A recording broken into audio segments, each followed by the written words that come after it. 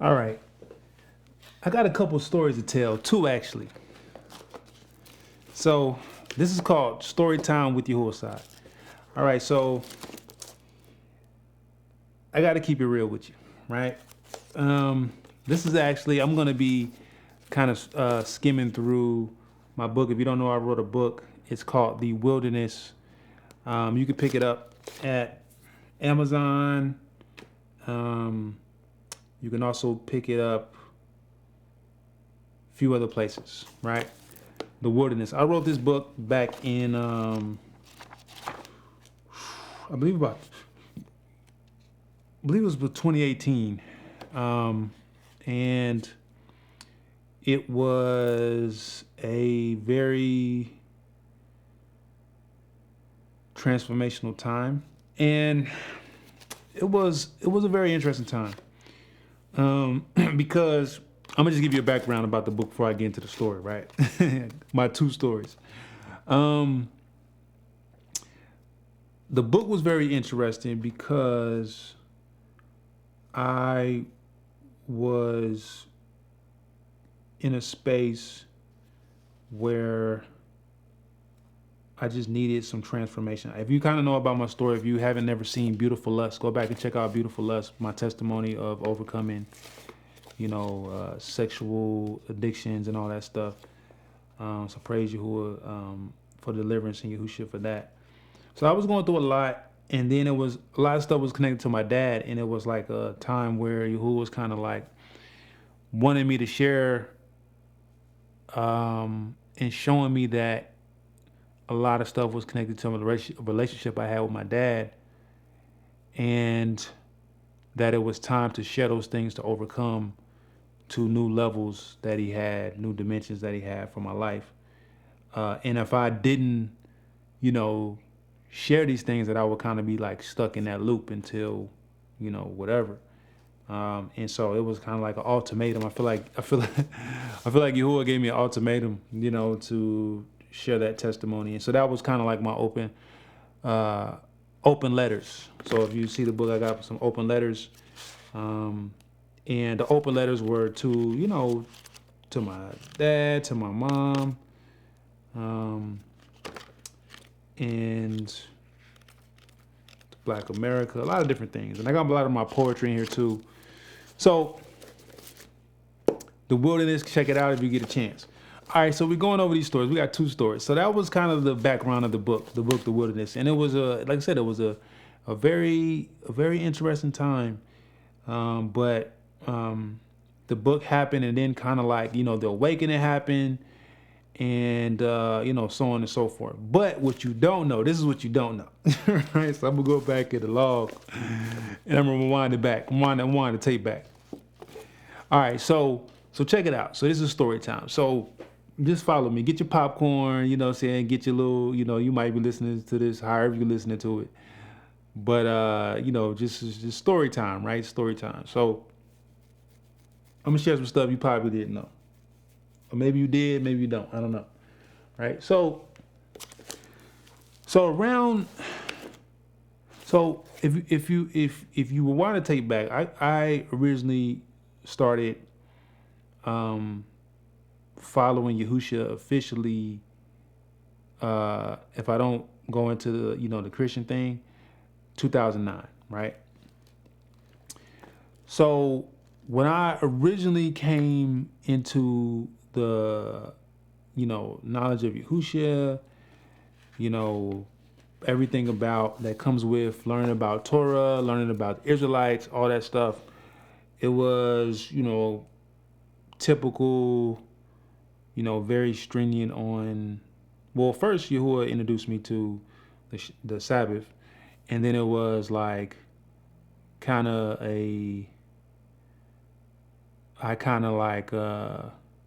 was stringent on a couple things when it comes to commandments and stuff like that. And then, over the course of time up until now, I started to learn what it's about. It's about, the whole Torah is hinged on love. The two greatest commandments: love Yahuah with all your heart, mind, soul, and strength, and love your neighbor as yourself. That's what Yahushua taught us, right?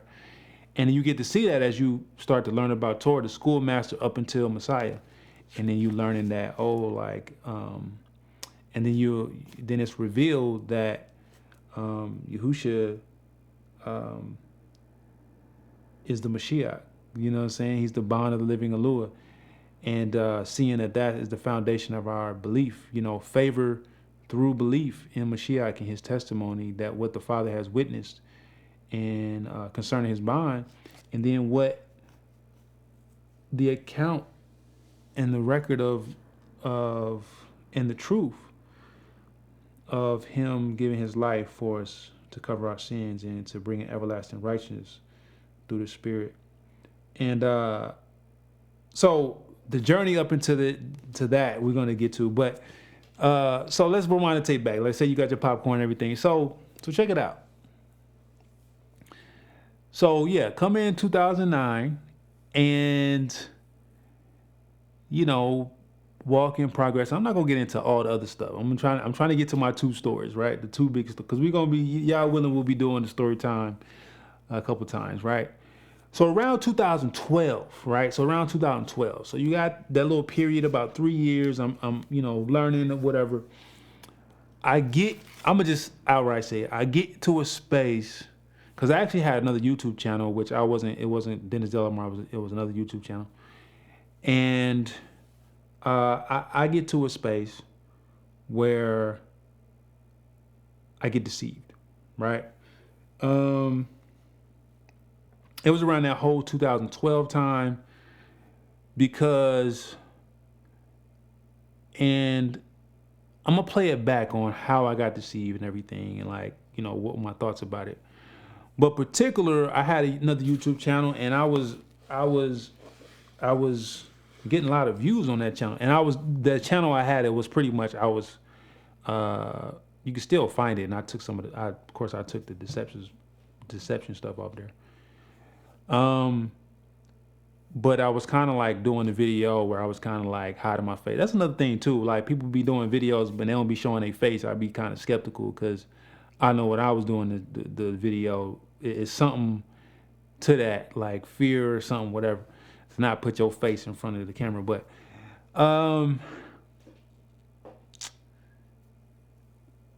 so 2012, I'm deceived. And particularly the deception is dealing with Obama, right? So I am thinking, low-key thinking Obama's Antichrist, right? Like, because they had this whole thing where, they went to, Israel to confirm the covenant, the Daniel chapter 9 prophecy. So I was big into all that, and I was putting out videos, and I think one video I did had like 100,000 views or something, like almost close to there. And this was, like I said, this was like 2011, 2012. Yeah, 2012 more so. And man, it was a very heavy deception. I literally thought it was like, okay, Obama's here, he's the Antichrist, and it's the end of the world, right? And I was promoting that on that channel. And I remember as I saw, like, Obama wasn't the Antichrist. Now, some people might be out there still believe it, Obama's the Antichrist, right? I started to see like, and I started to be like, okay, I think I got this wrong. And then I went to a period where I was just like, I think for a moment it was kind of like, kind of ignoring the fact that happened.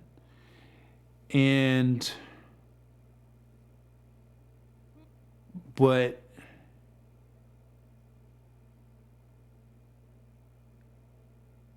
it because I didn't take action to dive deep on why I had got deceived, because oftentimes it's like something happens. It's like oftentimes like with these cults, right? Like somebody will be on some crazy apocalyptic remember like the Harold Camping and all that stuff. Oh, it's coming back at this time, right? And then he doesn't come back at that time, and everybody get silent, and then they just move on to something else. They don't really deal with what happened, right? And I know For me, I didn't deal with what happened, in that 2012 thing. And this was when I was kind of in Miami. I think I was in Florida at the time. And something else ended up happening. Because when you don't, because I'm sharing these lessons with you, right? The story time with Yahuah, because,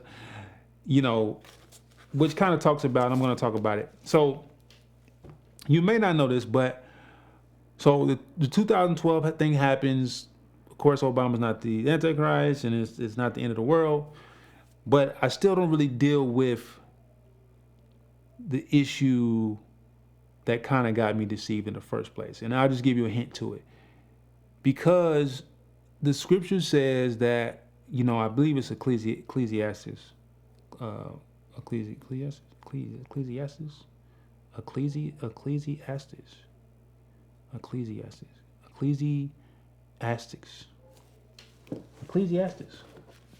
It's a tongue twister, right?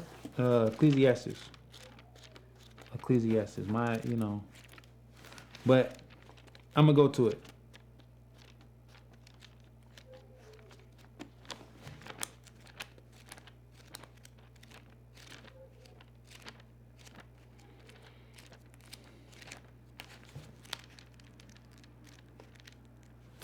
Yeah. So Ecclesiastes. It's a tease.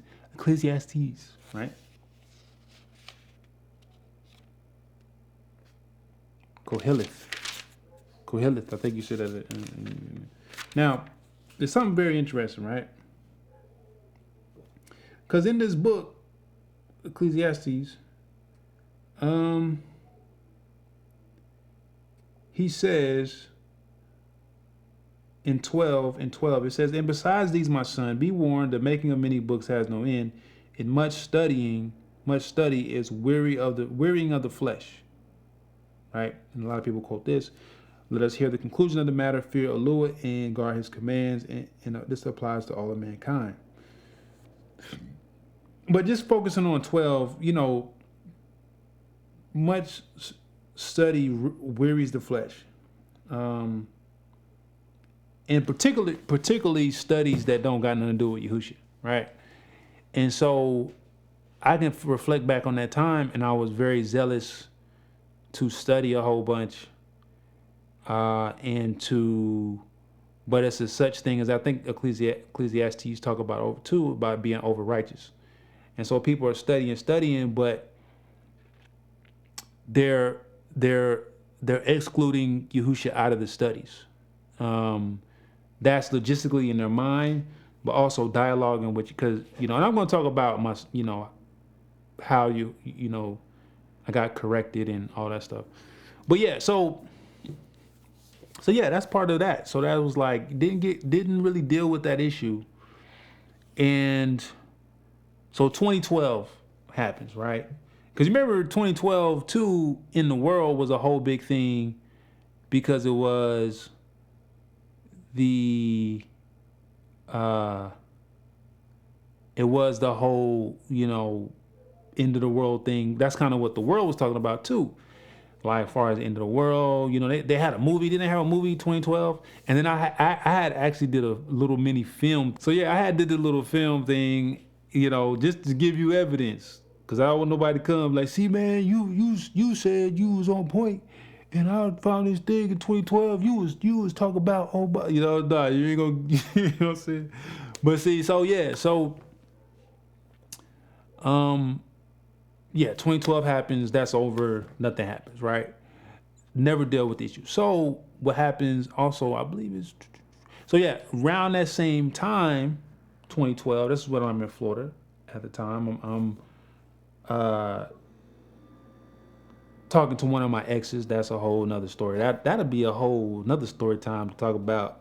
I mean, I don't want to put nobody on blast or nothing like that, but that was a whole situation, if you kind of know about that. What happened in my life, as far as one of my exes and that whole thing down in Miami and all that stuff. But I'm in Florida, right? So I'm in Florida, and in and out of homelessness and stuff at the time, And oh yeah, so around this time, I get connected to somebody that's in Florida. This is kind of where, if you got the wilderness, this is kind of what it gets into in the life lessons when I talk about Africa. So I get connected with this guy in, I'm calling Mr. P. So I get connected to Mr. P, and P is a brother, and we connect to some other guy who says, because at the time, and man, this is so. Also, I don't know if at the time if I put this video out, but we're talking about mammon too, because man, the love of money,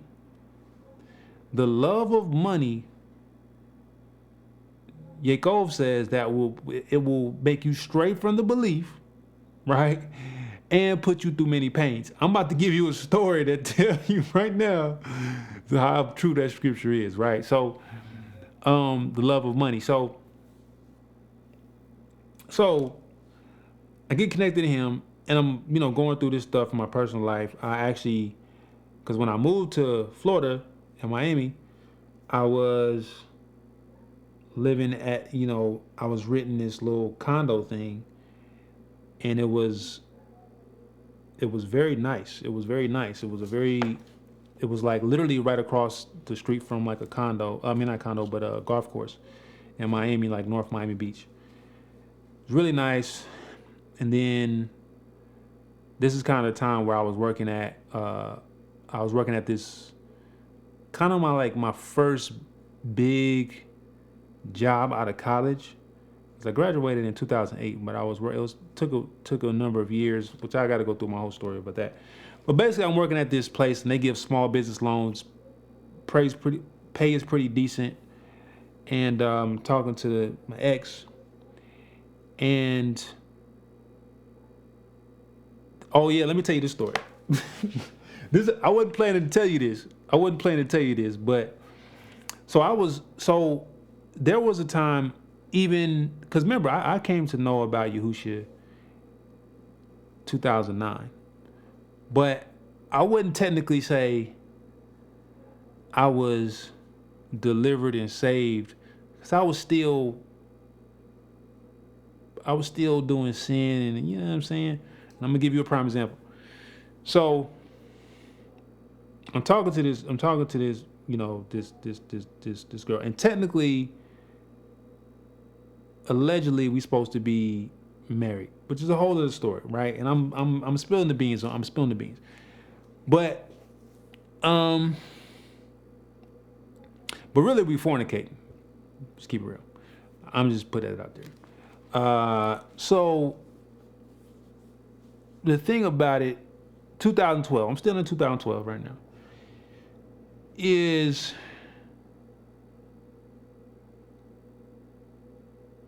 And I'm gonna show you how quickly your life can go down the drain, right? So I'm talking to her one day, and I think there was like a dare, like we dared or something. I was like, well, you dare, I was like, I dare. I don't know how it all came together, but it was some kind of dare about going to a strip club, right? And I was like, oh, you dare me to go to the strip club, or you dare us to go to the strip club, or, I'll go. So yeah. So I'm allegedly supposed to be, walking in righteousness, and I go to a strip club, right? And yeah, I'm in a strip club with this ex. And it's disgusting, right? But I'm in there, so I leave. I'm like, oh, this is crazy. I didn't went to a strip club. Yahuah, forgive me. You know what I'm saying? Then and that's another thing too, because I was, when it comes to relationships, especially if you're a man listening to this, you got to be very careful. I ain't gonna say be careful. That's probably even an understatement. You got to be calling on Yahuah for real to not get jammed up, not get hasty when it comes to women. Because I went to a whole nother state. I wasn't never supposed to go to Florida, and got out the will of Yahuah. Because really, that's what it is really getting out the will of Yahuah. Because if I back up and pause for a second to give you my mindset, 2011, I think 2011, a lot of things weren't working out for me in my life. And so I was in North Carolina, I was working at this dead end place. And then I was talking to this girl at the same time. And then I think me and my aunt kind of fell out a little bit. And there was this opportunity to go to Florida with this ex. And that's how it usually happens is because you're not dealing with the issues that you have going on in your life, you run out the will of Yahuah. And so that's what I did. Literally going to the state where I wasn't supposed to go, out of fear, out of anxiety, all that stuff, worry, all that stuff. So yeah, 2012. So 2012, I go to the strip club. The next day, who was like, oh, okay, so you using your liberty to now sin and stuff and try to, okay. So the next day I get fired. From a job. And came as a surprise to me, because I never got in trouble at the job. And I was just like, nah, we're letting you go. It was just like, I was like, but, please, I don't know, what am I going to do? So that happens. Then, not even too long after that, the guy that is renting the condo is like, yo, I'm selling the condo. Right? So I get fired. You selling the condo. Ain't got nowhere to live. Just like that.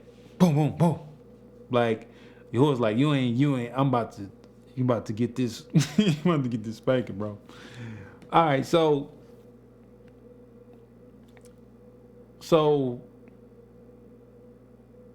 2012, I want to say it's like fall.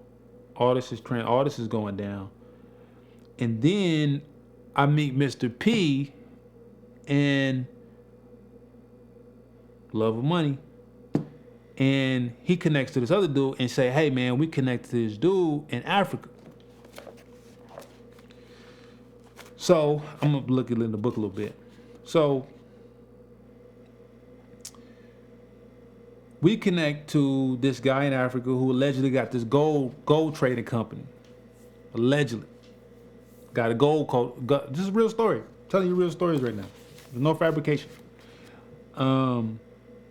Gold trading company. And if you know, the Ghana is like the Gold Coast. They produce a lot of gold and stuff like that. It seemed like a great opportunity. It seemed like, I'm thinking about, I ain't got no place to live. I'm with this girl. Our relationship is terrible. And not supposed to even be with her. And film. Oh, I need some money for these budgets. Yeah. Oh, we could do this and make a whole bunch of money and millions of dollars, all that stuff. So I'm like, oh, I'm with it. So they're like, oh, all we need is an investment of X amount of dollars. I'm not gonna get into details. So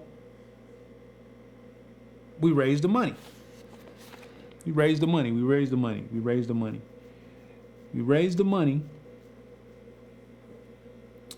I'm an instrumental part in that. and we raise the money and we invest in this gold company. We invest in a gold company. We ain't been to Africa yet. I ain't been to Africa. We invest in this gold company in Ghana. And so over the course of about 2 years, I'm gonna fast forward the story. Over the course of about 2 years, we're just getting a runaround. Because how the deal was supposed to work, allegedly. We invest in the gold, buying it at a certain price, and then it's supposed to be shipped to a certain place to be refined, and we're gonna get the market value price, and then they take their cut and all this other stuff to the refinery and all that stuff. Allegedly. So for 2 years, from 2012 to 2014, we being duped. We being run around. We getting to run around. Oh man, yeah, you need this paper. Oh, it's more money. It's this amount of thousand more. It's this, and it just keeps going. And it's looking back at it now, it's like, man, how can you be so stupid, bro? But when you have the love of money going on, man, like you'll see something, you'll see the madness, but in your mind you thinking that if you keep going it's gonna work out or something. So we being scammed for about 2 years. And for the 2 years, I don't know if of course thoughts come to your mind, oh, this is a scam. Now this is where, because I had been drifting from Yahuah at that point. Remember I told you the whole 2012 deception thing, I never really dealt with that. Then I'm going through this whole thing, I'm like, and don't do this what I'm about to. Is some people out there, you will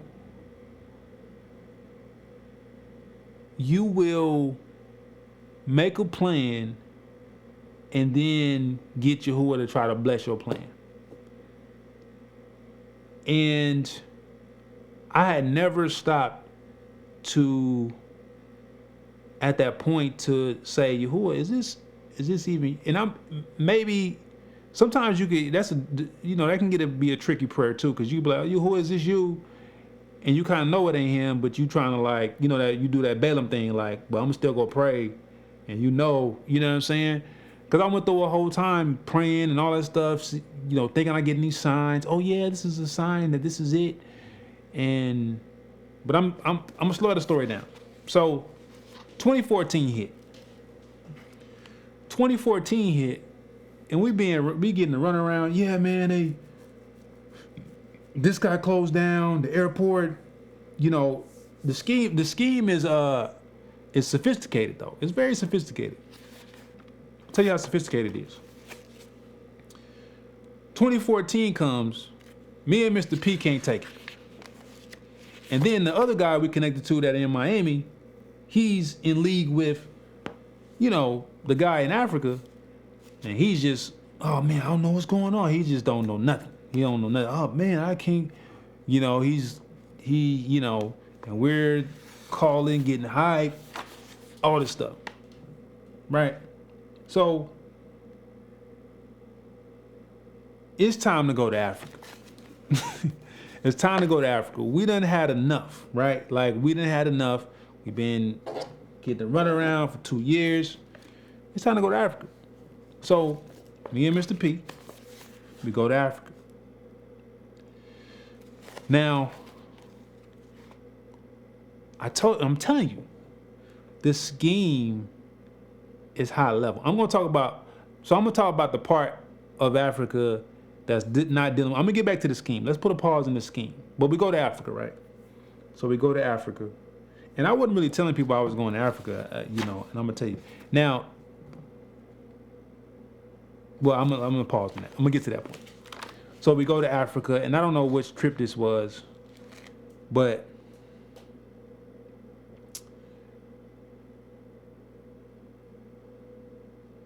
the trip to Africa was interesting. The first trip to Africa, flying out of JFK, going to Ghana, and I remember the first things I remember was the heat.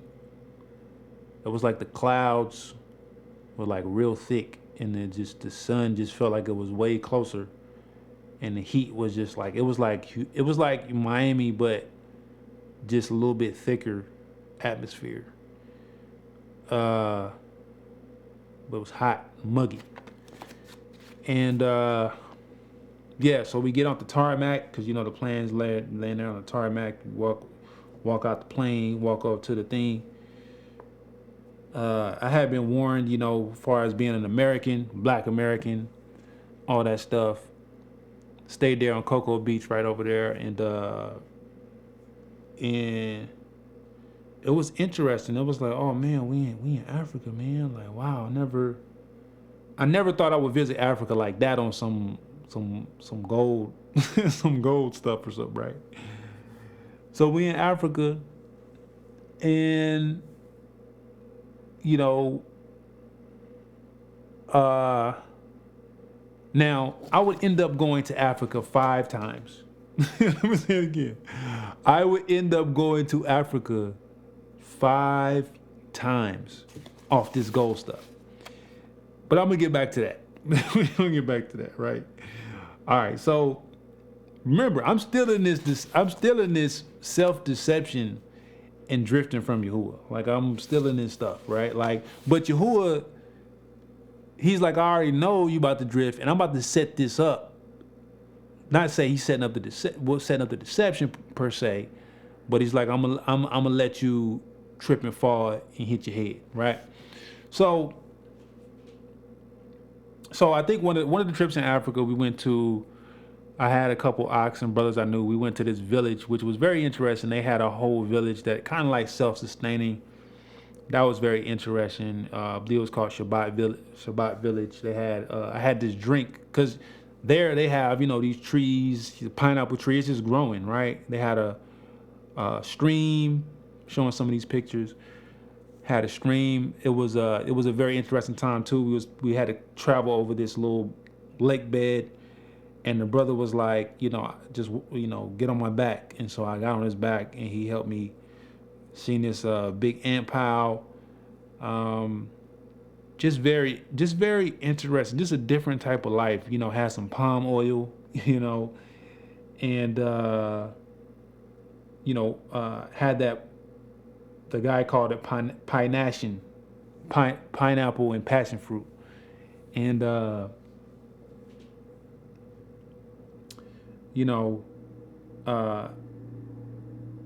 the Ghanaian hospitality was pretty cool. It was pretty cool from those brothers I knew.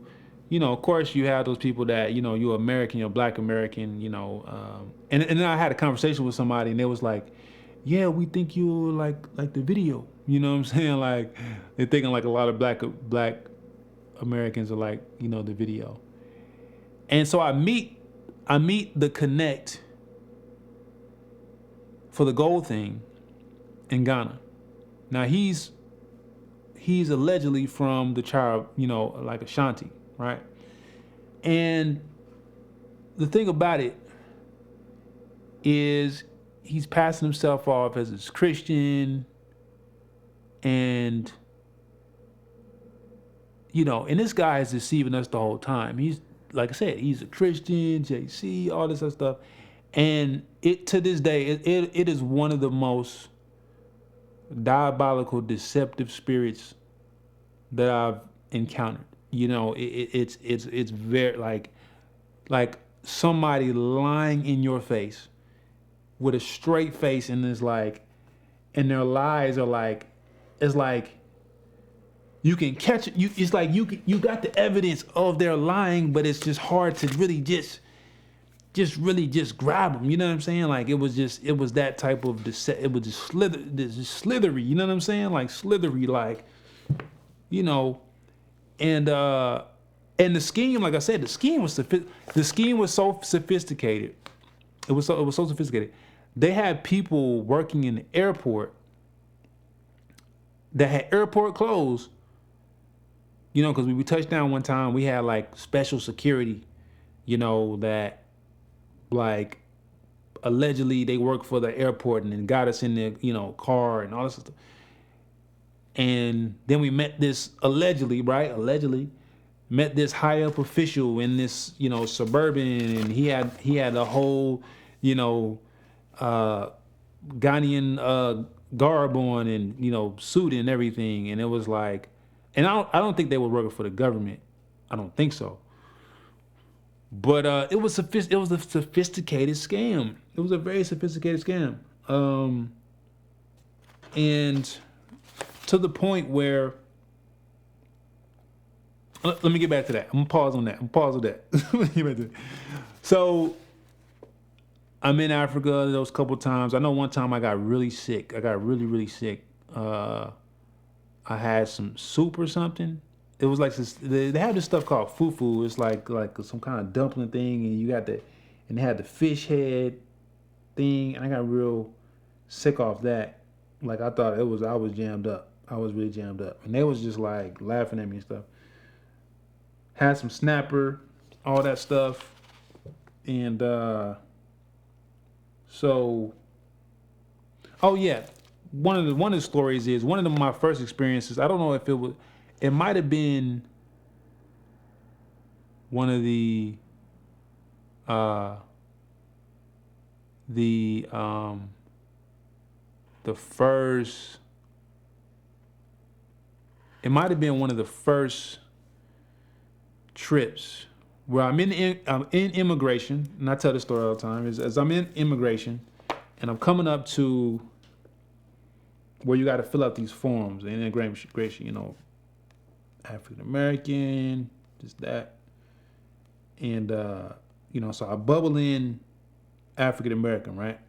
So I get to the immigration, I slide on my form, and he crosses off African, and I'm like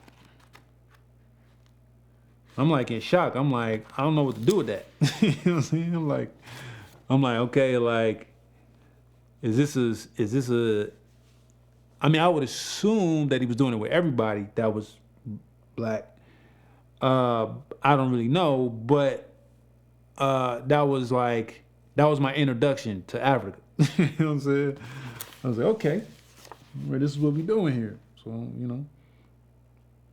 so I was like, in my head,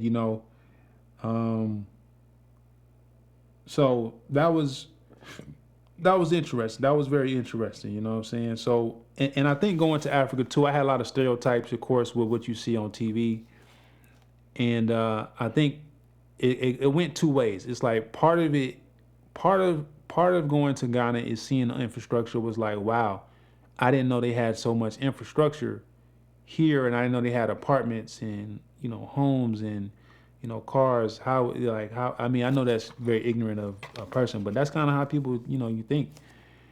But also, there is a lot of poverty, and there was literally where I was at, where that hotel was. They had a water truck that would come through, and you had. It's kind of like something like America. You got in America you got like you go to LA, right? You go to LA and go to the fashion district, and they go go one block, you know what I'm saying?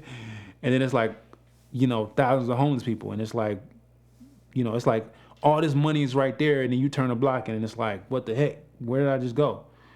And it's kind of a similar thing. It's like, they got their places, and then you turn the place, it's like, babies running their diaper outside, you know what I'm saying? No shoes, and just,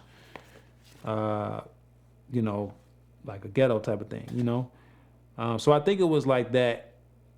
I think people would be surprised to see that the same elements of poverty and hood and ghetto exist over there, and that same classism has really just been copied in that space. Like I said, this is only Ghana, so I don't know where the rest of the places, but I'm sure if you see a lot of the places like the ghetto and the poverty that they are facing is the same type of elements, the same hood crime elements. I ain't gonna say the same, but it's in different forms in the same places. But I will say also that kind of Africa is a little bit, that Ghana, it's kind of like if you went to Ghana in the 80s, it may be different now, but it's like it's like Ghana was kind of like the American 80s. You know what I'm saying? I wasn't only 5 years. I was born in the '80s, but from what I could see from the TV, how it looked, But yeah, so they look at look black African,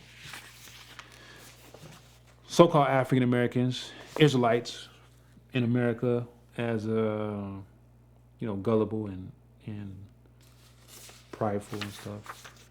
And so I went to. Let me get back to the scam story in a little bit, but so I went to the Ghana Museum. I didn't get to go to the Cape Coast, but I went to the Ghana Museum. And they had the chains and they had the stuff, and that was pretty deep. That was pretty heavy. Cause you have a lot of dissenters. I don't know if you say that right, but people that deny which is crazy. Cause I actually met this guy. It's crazy. I didn't really meet him physically, just on the internet, but allegedly smart guy, PhD, and he's telling me that the transatlantic slave trade didn't happen. And it's like, and apparently that's a movement. Apparently there's people out there that think that the transatlantic slave trade didn't happen, which is just crazy. But when I go to this thing, they got the chains from the slave trade, and it was literally like going inside a time capsule, and just as the director, it's just like I started just seeing, scenes, and I'm like, man, imagine going out that door of no return. Imagine going out not knowing what's happening. But it's such a. That was the moment I kind of seen that it was such a thing that was ordained by Yahuah, even though it's so terrible and grievous and just heavy and fearsome. A tough thing with people dying and all kind of stuff, but it literally, I could see the vision of this being something that is not random. It's transatlantic slave trade was not random. It was not. These people had this grand idea, to do this thing. That was the moment where I saw like, oh, Yahuah ordained this thing, and because of our sin, and what we're doing, integrating with the nations and worshiping other mighty ones. But I saw it. I felt it. I felt them being terrified, like just in the vision. In the vision, I just saw it. Like I saw like Yahuah making an order to be like, no, this is gonna happen, and it just shook. It shook everybody. And so yeah, that was interesting. It was like at that museum, I had that vision, and it was just like, wow, like, because we see it from our vantage point, but when that moment happens and those first people are put on those ships and they're walking out, like how, like the concept of just getting on a ship and like, where are you going? It's like somebody getting in a car. It's like, where are we going? Like, what the heck? And it's a day. It's a day that they remembered forever, and it was heavy. So that was that, going different places, and so Deuteronomy 28, that really hit me. Going to that museum and seeing, feeling that vision, and seeing that vision. And it was funny because I remember flying back to America, and which is a whole nother, oh my goodness.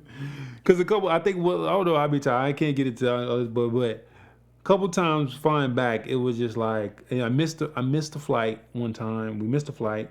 Me and Mr. P, we missed the flight because we were being interrogated because we went to Ghana so many times that they were like, look, hold, why do you keep coming back to, you know, say I have a passport stuff. You're getting interrogated, all type of stuff. You know what I'm saying? And it was just like, wow. Uh, so, but I remember flying back, and it just felt like after seeing so many different things in Ghana, and I remember being at the hotel and the power went out, and just seeing different stuff. It just felt like it's like the weight of the vanity of America was just so heavy, and the privilege, the white privilege, but also black privilege, just American privilege in general, just had me like, just like, wow, like this is crazy. Like this is what, like it didn't. You know, when you think about like Solomon saying like it's all vanity, it was like I was like, yo, I see what he talking about. You know, the first time I was like, yo, I see, because it was just like all vanity, like working this, doing this, building. You know, it's like where the heck, what the heck are we doing? This is all vanity. Like, you see what I'm saying? Because one of the things I saw there, which is the element here, is this a survival mechanism where it's like everybody's living to survive, but nobody's actually living. So it's like you go to the marketplace and you go out and you just observe people.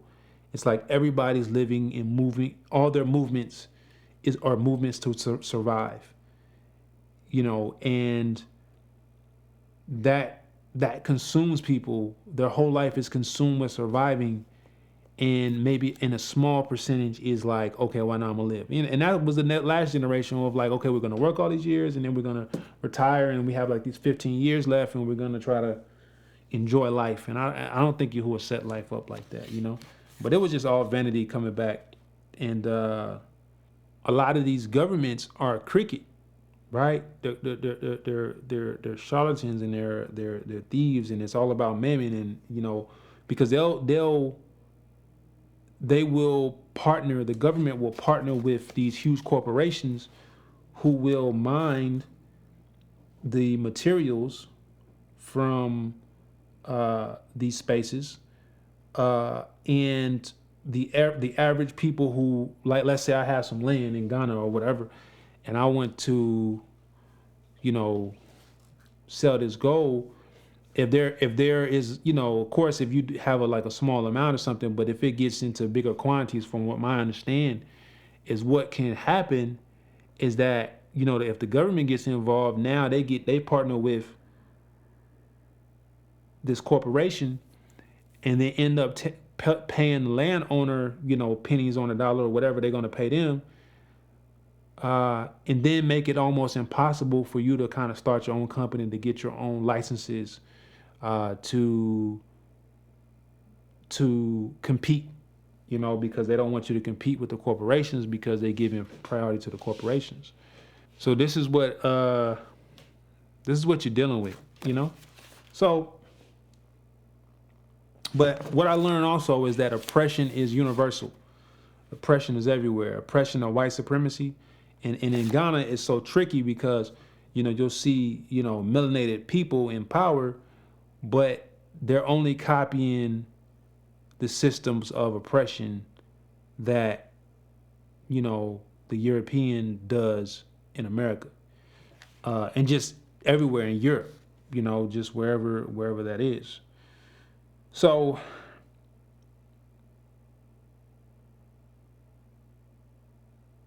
so the love of money, man, it was just amazing. It was amazing because I remember one of the uh, last trips to Ghana.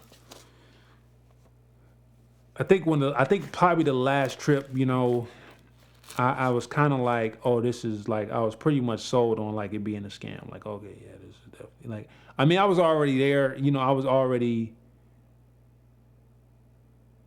in that space, but I didn't commit to it because I was like, no, it has to work out because you know, we put so much money into it. People put so much money into it, and it wasn't working out.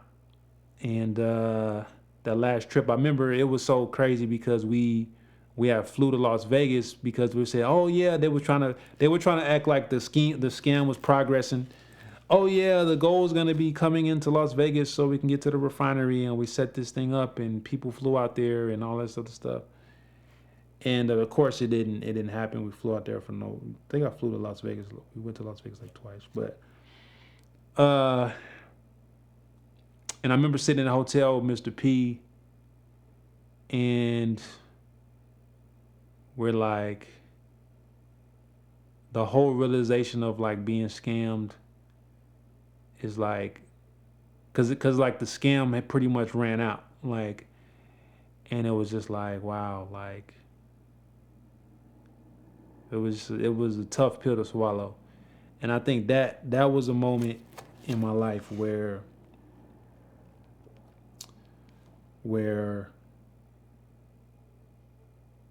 Yahuah put this brick road up, and he made me have to, like, he stopped me, he stopped me. And yeah, it was terrible. And throughout that time, I thought I was gonna just some stuff I was working on, people I was connected to, making promises based off the contingency of the African thing working out, and that kind of having a ripple effect for them and their lives. But yeah, man, the love of money, man, love of money. And I think when you say love of money, I think people get nervous and be like, "Man, what you saying? You saying money is what you saying?" So they get nervous. And it's like, no, the love of money, like, because your life is not tied up in money. It's not tied up in food. It's not tied up in possessions. And not to say, you like I said, not to say Yahuwah wants you to be look at have nothing. It's not the case, but first things first, and the first things stay first. And if first things are first, everything falls in line. And so, but man, love of money, man. So literally between that period from about 2014, kind of after that happened, and that was still trying to digest that. Those next 4 years were kind of like I kind of went semi-silent, uh, because I don't know. I think I went to like a numbness, and just trying to just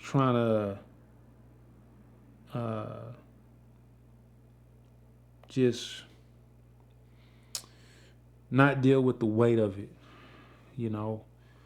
But I just want to share this story because, man, it's like a lot of times people get lost, and that's kind of why the wilderness was so instrumental, because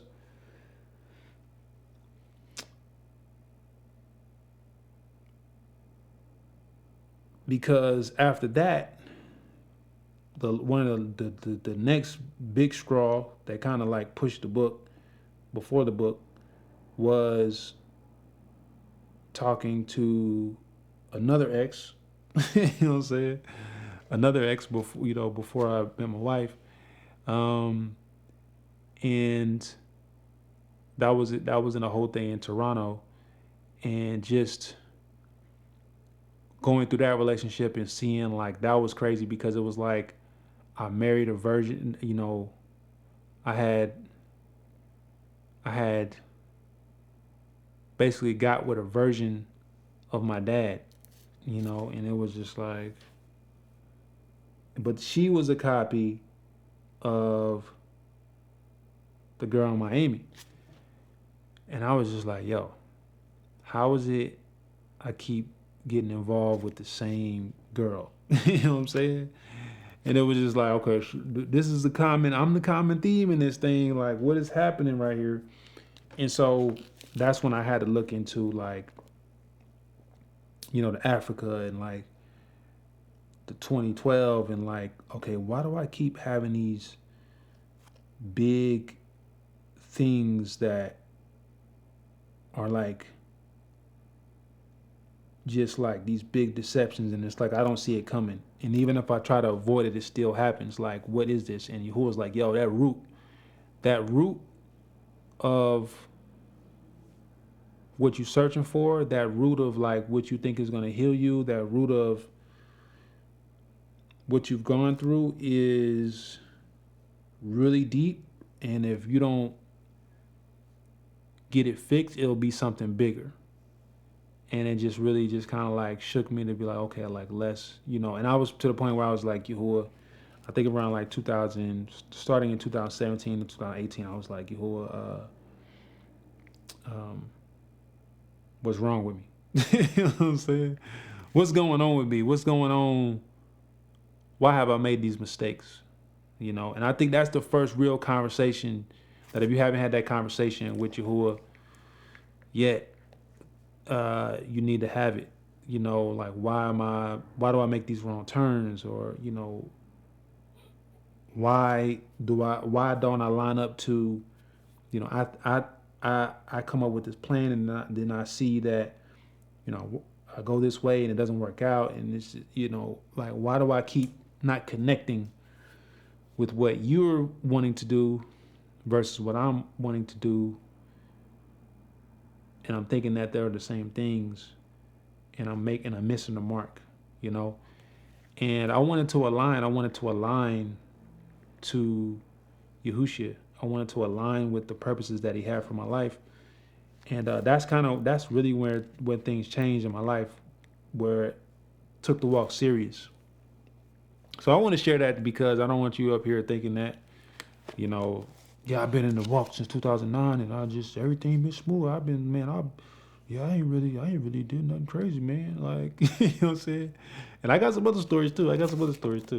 But this is story time with Yahuwah, man. And just want to share that with you to let you know, some encouragement to let you know, man, that, hey,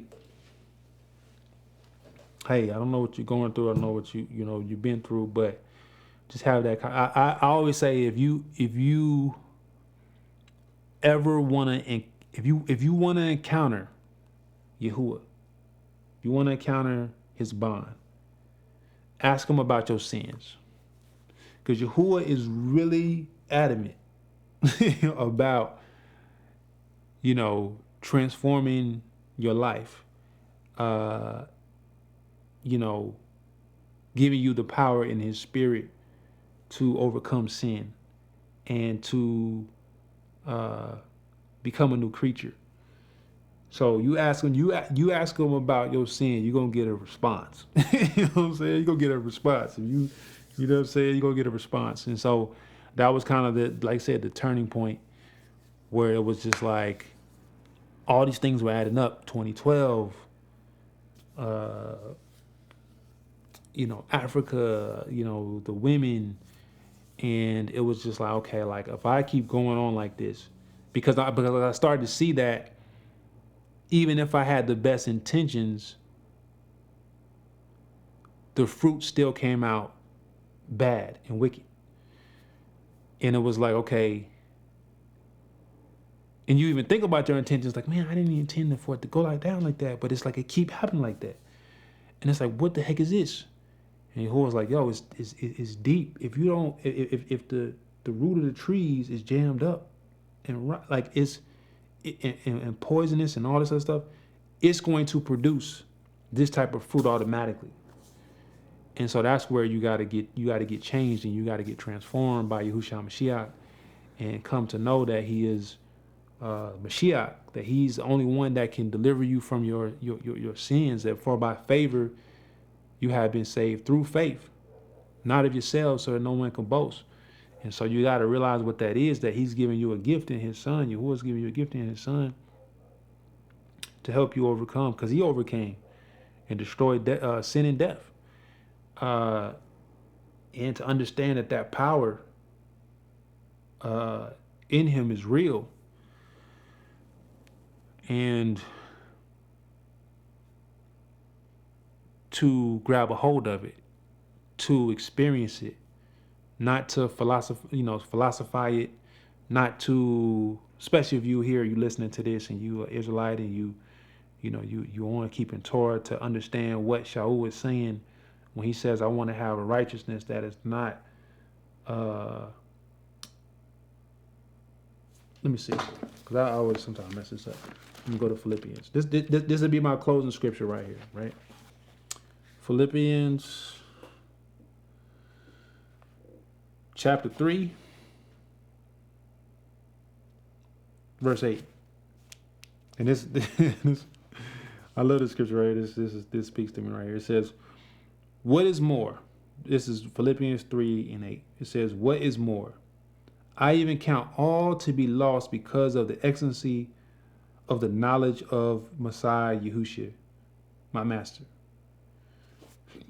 for whom I've suffered the loss of all, and count them as refuse, in order to gain Messiah, and be found in him, not having my own righteousness, which is of the Torah, or the law, but that which is through belief in Messiah, the righteousness which is from HalaluYah on the basis of belief. To know him and the power of his resurrection, the fellowship of his sufferings, being conformed to his death, if I somehow might obtain the resurrection from the dead. Not that I have already received or already been perfected, but I press on to lay hold of that which the Messiah Yahusha has laid hold of me. Brothers, I do not count myself to have laid hold of it yet, but only this, forgetting what is behind and reaching out for what lies ahead. I press on toward the mark, or toward the goal, for the prize of the high calling of HalaluYah in Messiah Yahusha. As many then as are perfect should have this mind. If you think differently, in any respect, HalaluYah shall reveal this to you. So yeah, man, that's it. That's it. To have, and that's what the journey was. It was like, it went from, oh yeah, I got this righteousness because I'm doing Shabbat and this other stuff, and I was doing Shabbat and all this other stuff and wilding out at the same time. You know what I'm saying? And producing fruit, getting in trouble and getting jammed up and getting deceived, and it wasn't until like Yahuah was just exposing my sin to where it was like, okay, like the surface level is not going to get it. The surface level of the ordinances is not going to get it. It's got to be like I need help. You know what I'm saying? Like if you check out Beautiful Lust. Like going back there, it's like I need help. And that was part of the journey too with Beautiful Lust. You got to put that in there because that was around the 2017, 2018 was a huge shift with my relationship with Yahusha. That's when I think when I moved to California, that's when it was like just a new start, and it was a new start because that was when Yahuah was pressing upon me with my father about writing the book and all that stuff. So yeah, man. So that's it, man. This is story time with Yahuah side, man. I pray you enjoyed it. Prayerfully there'll be more stories that I can share with you to help you in your walk, to help you to let you know what's going on, where I came from and where Yahusha brought me from, and where he's taking me, Yahushua Shem. So, HalaluYah, Shalom.